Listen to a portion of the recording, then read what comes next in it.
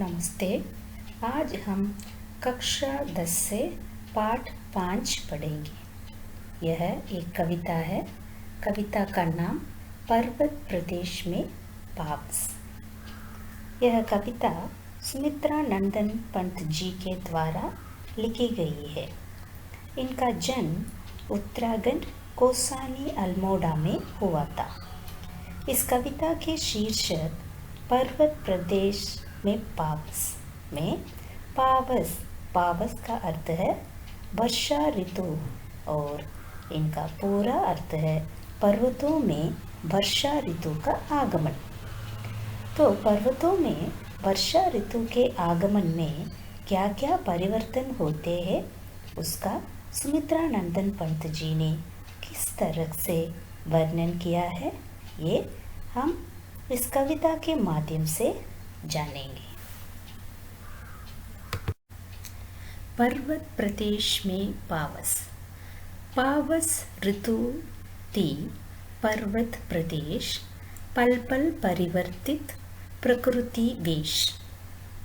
इसमें कवि ने वर्षा ऋतु का सुंदर वर्णन किया है।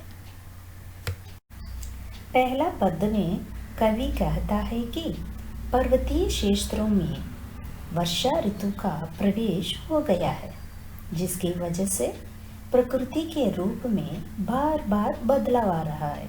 अर्थात कभी बारिश होती है तो कभी धूप निकल आती है। मेघलाकार पर्वत अपार अपने शहर दृग सुमन पाठ अवलोक रहा है बार बार नीचे जल में निज महाकार। जिसके चरणों में पलाताल दर्पण सा फैला है विशाल। इसमें कवि ने पर्वतों का सजीव चित्रण किया है। इस पद्यांश में कवि ने पहाड़ों के आकार की तुलना गर्गनी अर्थात कमर में बांधने वाले आभूषण से की है। कवि कहता है कि गर्गनी के आकार वाले पहाड़ अपनी 1000 पुष्प रूपी आंखों के फाड़ कर नीचे जल में अपने विशाल आकार को देख रहे हैं।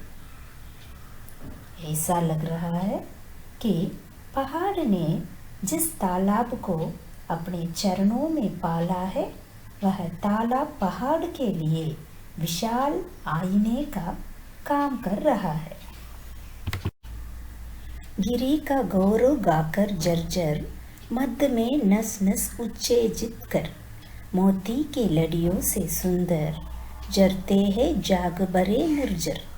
गिरिवर के उर से उठ कर उच्चाकांक्षा वो से तरुवर हे जांक रहे नीरव नभ पर अनिमेष अटल कुछ चिंता पर। इसमें कवि ने झरनों की सुंदरता का वर्णन किया है। इस पद्यांश में कवि कहता है कि मोतियों की लड़ियों के समान सुंदर झरने जर की आवाज करते हुए बह रहे हैं। ऐसा लग रहा है कि वो पहाड़ों का गुणगान कर रहे हो। उनकी करतल ध्वनि नस नस में उत्साह अथवा प्रसन्नता पर देती है। पहाड़ों के हृदय से उठ कर अनेकों पेड़ ऊंचा उठने की इच्छा लिए एकटक दृष्टि से स्थिर होकर शांत आकाश को इस तरह देख रहे हैं मानो वो किसी चिंता में डूबे हुए हो। अर्थात वे हमें निरंतर ऊंचा उठने की प्रेरणा दे रहे हैं।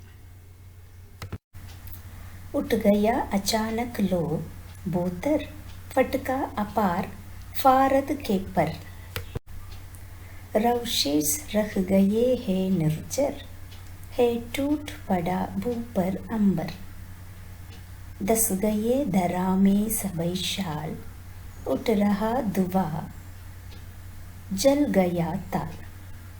यो जलत यान में विचर ता इंद्र केलता इंद्रजाल। इसमें कवि ने बारिश के कारण प्रकृति का बिल्कुल बदला हुआ रूप दर्शाया है।